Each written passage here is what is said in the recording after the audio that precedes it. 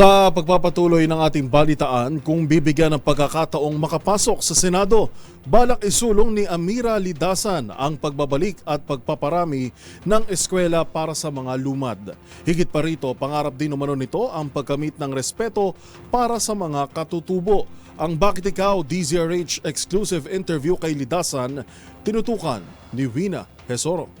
Binigang diin ni Amira Ali Lidasan ang kahalagahan ng pagkakaroon ng lumad schools para sa mga lumad. Sa Bakit Ikaw series ng DZRH para sa midterm elections, nanawagan ng tumatakbong senador na muling ibalik ang mga eskwelahang ito. Aniya, napakalaking tulong ng lumad school para sa kanila at isa umon itong rason sa pag-unlad ng kanilang kultura. Yung pag-unlad po sa aming kultura.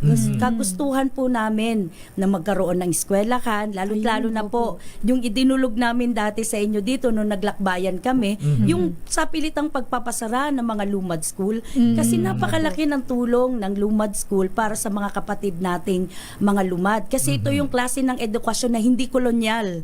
Kung hindi lumad, kinikilala ang kanilang mga karapatan, kultura, ang kanilang mga tradisyon. Hiniling rin ni Lidasan na dapat respetuhin ang mga katutubo. So, gusto natin na respetuhin ang mga eskwelahan na ito, muling ibalik siya at katulad din ng paghiling namin sa mga kapatid ninyong Bangsamoro na huwag namang pag may madrasa o lumad school o indigenous people school, ang sasabihin agad ay terrorist front or terrorist school yan. Kasi nakakasakit po yun na grabe ang pagtingin ninyo sa aming kultura. Ang gusto lang naman ng mga kababayan natin ay umunlad at solusyonan ng problema sa aming mga komunidad.